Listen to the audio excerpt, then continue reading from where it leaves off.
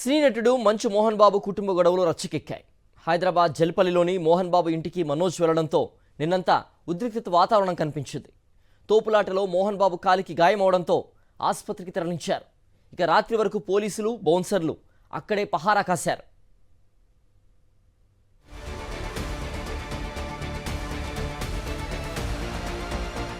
Senior నటుడు మంచు మోహన్ బాబు కుటుంబంలో గొడవలు తారాస్థాయికి చేరాయి. హైదరాబాద్ జల్పల్లిలోని మోహన్ బాబు నివాసం మంచు టౌన్ వద్ద ఉదయం నుంచి రాత్రి వరకు హైడ్రామా నడిచింది. ఓవైపు పోలీసులు, మరోవైపు వ్యక్తిగత బౌన్సర్లు భారీగా మోహరించారు.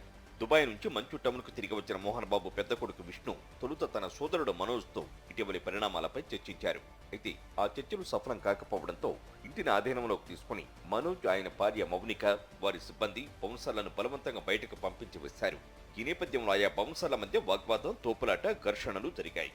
ఆ ఇల్లు మోహన్ బాబు పేరిట ఉండడంతో అక్కడ ఉన్న పోలీసులు ఏమీ చేయలేకపోయారు.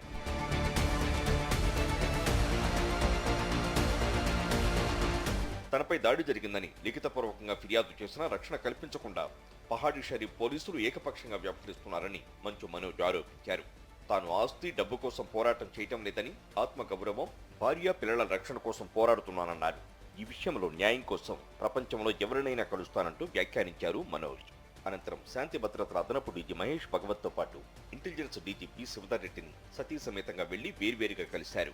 తనకు అన్యాయం జరుగుతోందని రక్షణ కల్పించాలని కోరారు. మరోవైపు సోమవారం మనోజ్, మోహన్ బాబు ఇచ్చిన పరస్పర ఫిర్యాదులపై వేర్వేరు కేసులు నమోదు చేసిన పహాడీ షరీఫ్ పోలీసులు దర్యాప్తు కోసం మంచు టౌన్ కు వెళ్లారు.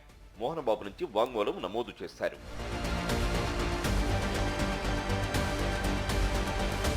మోహన్ బాబు, విష్ణు తమ అనుచరులతో కలిసి మనోజ్ దంపతుల సామాగ్రిని బయటకు తరలించడానికి 2 వాహనాలను సిద్ధం చేశారు.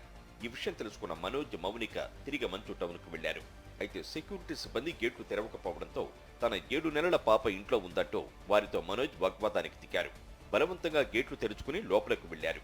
ఈ నేపథ్యంలో రాచకొండ పోలీసులు మంచు టౌన్ వద్ద అదనపు బలగాలను మోహరించారు. అక్కడి నుంచి బౌన్సర్లను బయటకు పంపారు. ఈలోగా మోహన్ బాబు తన చిన్న కొడుకు తీరును ఆక్షేపిస్తూ ఆడియో సందేశాన్ని విడుదల చేశారు. అనంతరం జరుగుతున్న తోపులాటలో మోహన్ బాబు కాలికి గాయం కావడంతో విష్ణు ఆయనను గచ్చిబౌలిలోని కాంటినెంటల్ ఆసుపత్రికి తీసుకువెళ్లారు. మోహన్ బాబు, ఆయన కుమారులను ఇవాళ ఉదయం 10:30 స్వయంగా తన ఎదుట హాజరు కావాలని రాచకొండ సిపి సుధీర్ బాబు నోటీసులు జారీ చేశారు. అలాగే 3 తుపాకులతో పాటు 1,00,000 చొప్పున పూచీకత్తు సమర్పించాలని ఆదేశించారు.